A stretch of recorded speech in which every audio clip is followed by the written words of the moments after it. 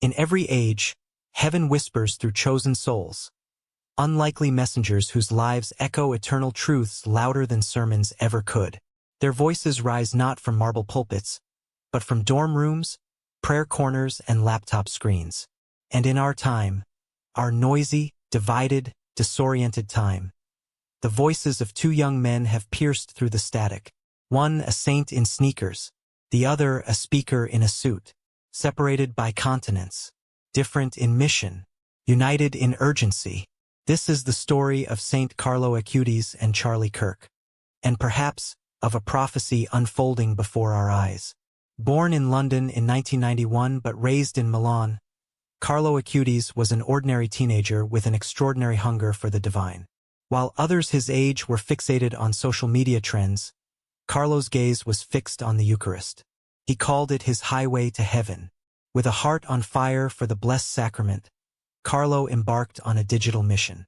Armed not with a collar, but with a computer keyboard, he spent countless hours creating a website that cataloged Eucharistic miracles from around the world. Why?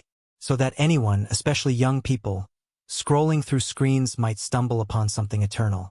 The more Eucharist we receive, the more we will become like Jesus. Carlo's project wasn't about applause. It was about awakening. He believed with all his heart that the real presence of Christ in the Eucharist could transform a generation. He once said, "Not me, but God." That was his motto. That was his soul. And in 2006, at just 15 years old, that soul was called home. He died of acute leukemia, offering his sufferings for the Pope and the Church. And in October 2020, he was beatified, the first millennial to be declared blessed. His body lies in Assisi, where pilgrims weep beside his incorrupt form. But his legacy, it moves through time like light through stained glass, shining quietly on souls still searching. Thousands of miles away, another young man was finding his voice, though not in church vestments or canonized websites, but in the midst of cultural chaos. Charlie Kirk, born in 1993, just 2 years after Carlo, became known not for miracles but for movements. While Carlo evangelized through silence and sanctity, Charlie chose public engagement. In 2012, at only 18 years old, he founded Turning Point USA, a student movement to promote conservative values and Judeo-Christian principles on university campuses. He often said, "The next generation will decide whether America honors God or forgets him." His message, do not abandon faith, defend it, speak it, live it boldly. What do these two young men, one canonized, one controversial, have in common? More than you might think. Both believed in the power of youth. Both believed silence was not an option. Both challenged their generation to wake up, to the reality of truth, to the necessity of faith. Carlo used tech to point toward heaven. Charlie uses speech to shake a sleeping culture. They are two sides of the same coin, one contemplative, one confrontational, but both prophetic. And both seem to have been raised for this moment in history, when the battle for the soul of youth is more intense than ever. In the writings of mystics and saints, there's a recurring warning. When the youth are lost, the world begins to unravel. Pope St. John Paul II once said, "The future starts today, not tomorrow." He too saw the battle looming. And maybe that's why figures like Carlo Acutis and voices like Charlie Kirk feel so urgent. Because the enemy of faith no longer hides. It is in screens, policies, classrooms, even in some churches. Confusion is sold as compassion. And truth, often silenced as hate. But Carlo's life reminds us, truth is not loud. It is luminous. It glows in a monstrance. It walks in sneakers. It whispers from heaven. Be not afraid. Holiness is possible, now. And Charlie's voice reminds us, truth must also be defended. If Christians stay silent, he often says, darkness advances. Carlo sought no controversy. Charlie often walks into it. But both draw hearts. Both spark movement. Both convict.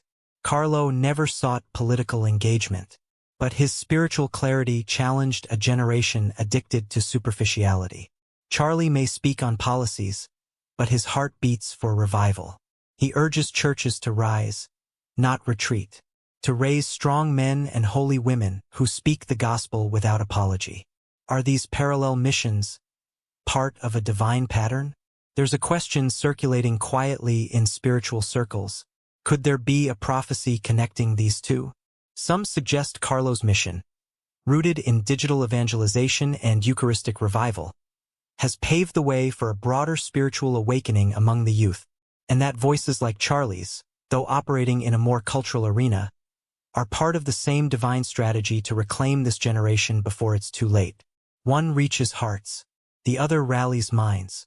Both awaken souls, and together they remind us, God is not done with this generation. In a time when despair grips so many young hearts, when faith is mocked and virtue scorned, God is still raising Davids to face the Goliaths of this age. Some, like Carlo, carry slings of sanctity. Others, like Charlie, carry swords of conviction. Different tools. Same war. Same hope. The Eucharist. The truth. The battle for the next generation. As Carlo once wrote, sadness is looking at ourselves. Happiness is looking at God. So let us look to God. Let us prepare our hearts. Because the prophecy is not about politics or popularity. It's about souls. The mission of Saint Carlo Acutis was clear. Bring souls, especially the youth, back to Jesus through the Eucharist. The message of Charlie Kirk is no less urgent. Stand firm or faith will be swept away in silence. Earlier, we saw two radically different lives converging on the same cry from heaven. Do not lose the youth. Now we enter the battlefield itself. Today's youth are more connected than ever, and yet more spiritually detached than any generation before. In the United States, only 27% of Gen Z attends religious services regularly. In Europe, the numbers are even lower. The digital age, once full of promise for evangelization, has become a maze of distraction and doubt. And in this wilderness, the Eucharist, the very heart of Catholic life, is misunderstood, ignored, or forgotten.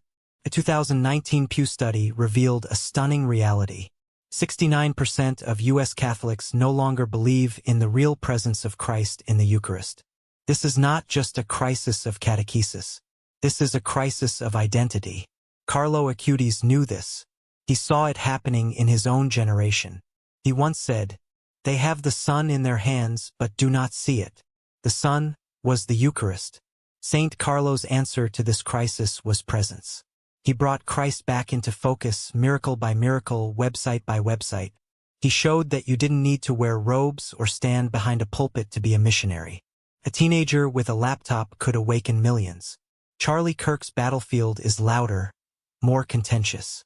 But his strategy is rooted in the same truth. The soul matters. Eternity is real.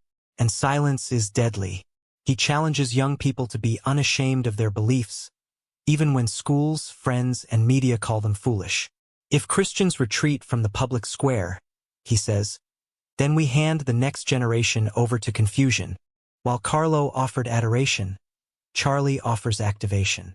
Both forms of worship, both urgent.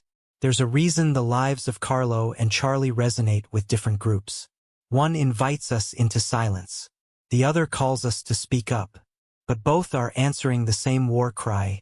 The enemy is after our youth. This isn't just about politics. It's about the soul.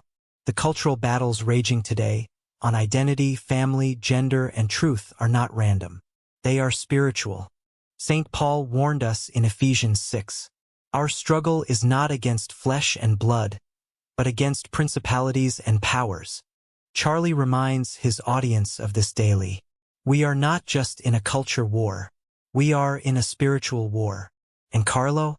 He reminded us quietly, in the background, with his Eucharistic flame lighting the darkness. Let's be honest. The Church and we, as believers, have often been silent when it mattered most. We told young people, just be nice. But the world told them, define your own truth. We handed them watered-down catechism, while YouTube handed them high-definition confusion. And in this silence, many walked away. Carlo understood this. He said, our goal must be the infinite, not the finite. The infinite is our homeland. But how will young people know the infinite if no one tells them? That's why voices like Charlie Kirk, as controversial as they might seem, are desperately needed. Not to replace priests or prophets, but to wake up a sleeping generation. Carlo built bridges with beauty. Charlie tears down lies with truth. Together they point us back to Christ. But all is not lost. A wind is rising. In pockets around the world, a Eucharistic revival is stirring. Young men and women are kneeling again. Adoration chapels are filling. Hearts are burning. From the National Eucharistic Revival in the U.S. to online ministries started by teens, Carlo's prophecy is unfolding. People ask me if I am happy. How could I not be? God is always with me. The Church must not be content to entertain youth. We must form them, feed them, challenge them, call them to holiness. Charlie Kirk once told a room of college students, "You were not made to fit in. You were made to stand out. You were made for truth." That is the same heartbeat that ran through Carlo's veins. What does it mean to live a Eucharistic life?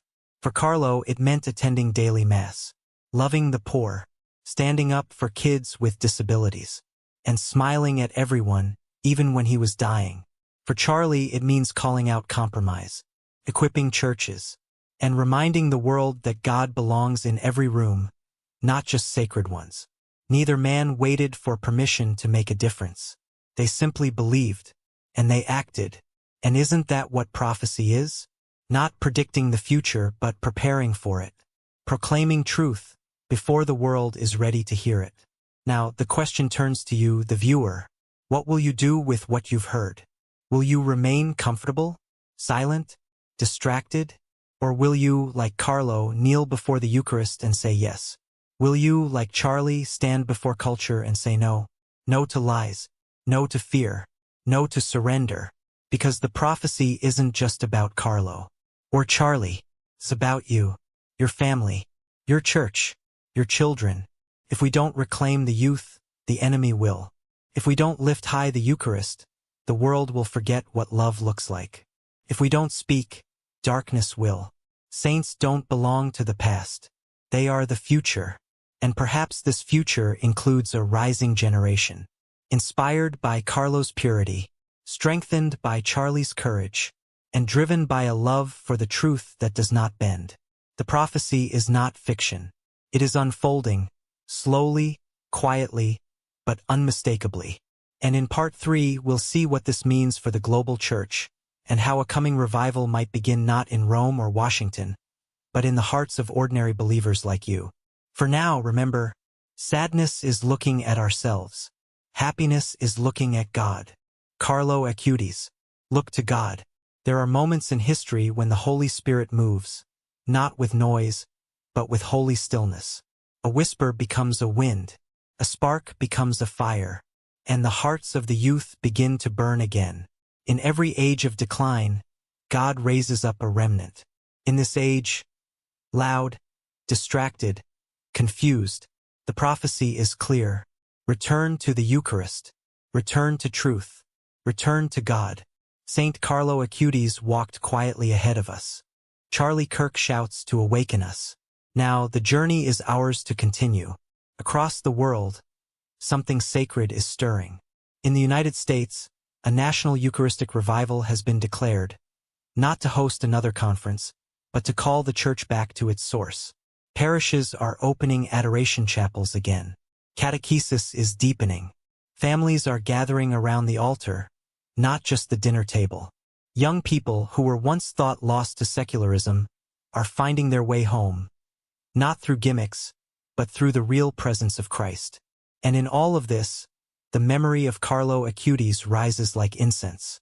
His website on Eucharistic miracles is now translated into multiple languages. His story is being shared in classrooms, youth groups, and digital spaces. His incorrupt body in Assisi has become a pilgrimage site for thousands. The teenager who once said, "The Eucharist is my highway to heaven," has now become a highway for others. And what of Charlie Kirk? His mission is different, more confrontational, less universally celebrated. But in a world addicted to compromise, his boldness has become a cross. He's been protested, mocked, misquoted, banned from platforms. Yet he keeps speaking. Not for applause, but for alignment. Alignment with truth, with conscience, with God. In an interview, he once said, "I don't want to be famous. I want to be faithful." And like Carlo, who bore the hidden wounds of cancer, Charlie bears the public wounds of criticism. Not as a martyr, but as a reminder, the cost of truth is real, but the reward is eternal. On the surface, these two lives could not be more different. One lived in the cloister of prayer. The other walks into the fire of debate. But both were chosen not by the world but by God. Because when heaven wants to move a generation, it doesn't ask permission from the culture. Simply calls a teenager with a laptop, a college speaker with a conviction, and it whispers, "Now is the time." If the prophecy is unfolding, if God is raising voices like Carlo and Charlie, then the church must ask, are we listening, or are we distracted? Are we shepherding, or are we spectators? The church cannot afford neutrality. Not now. Not when the future is weeping. This is not a time for soft sermons or vague catechism. This is a time to preach the full gospel, to form warriors of light, not just passive attendees. Carlo showed us the beauty of the Eucharist. Charlie challenges us to live it beyond the church walls. Together they remind us, the altar is not an escape. It is the battlefield. And the youth are not too young for sainthood, they are made for it. Do not be deceived by headlines. Do not let despair become your doctrine. There is a generation rising. And they are not ashamed. They are falling in love with Jesus again. They are asking hard questions and getting real answers. They are tired of the shallow and hungry for the sacred. And many of them trace their inspiration to Carlo Acutis, a boy who loved Jesus more than comfort, more than screens, more than himself. Or to Charlie Kirk, a young man willing to speak when others were silent, even when it cost him. This generation is discovering that the path to joy is not self-expression. It's self-gift. And you watching this video, you are not a spectator either. You are part of this prophecy. Every time you pray for the youth, every time you defend the Eucharist, every time you speak truth with love, you are stepping into the same mission. This is not about celebrity. It's about calling. A divine whisper saying, "Come follow me." Show them the way home. Like Carlo, like Charlie, like Christ. Saints are not museum pieces. They are mirrors reflecting what we're all called to be. Carlo Acutis never sought to be a saint. He just wanted to be close to Jesus. Charlie Kirk never set out to be a prophet. He just refused to be silent. And now, the silence is broken. The invitation is open. The prophecy is unfolding. Not me, but God. Carlo Acutis. Let that be our prayer too. Not me, not my comfort, not my plans, but God. Share this video with someone who needs hope. Read about the Eucharistic miracles documented by Blessed Carlo Acutis. Pray for leaders who are defending truth in this generation. Light a candle for the youth of your church. Kneel before the Eucharist today, he is waiting. The future does not belong to darkness. The future belongs to light. The future belongs to God. May the prophecy continue in you.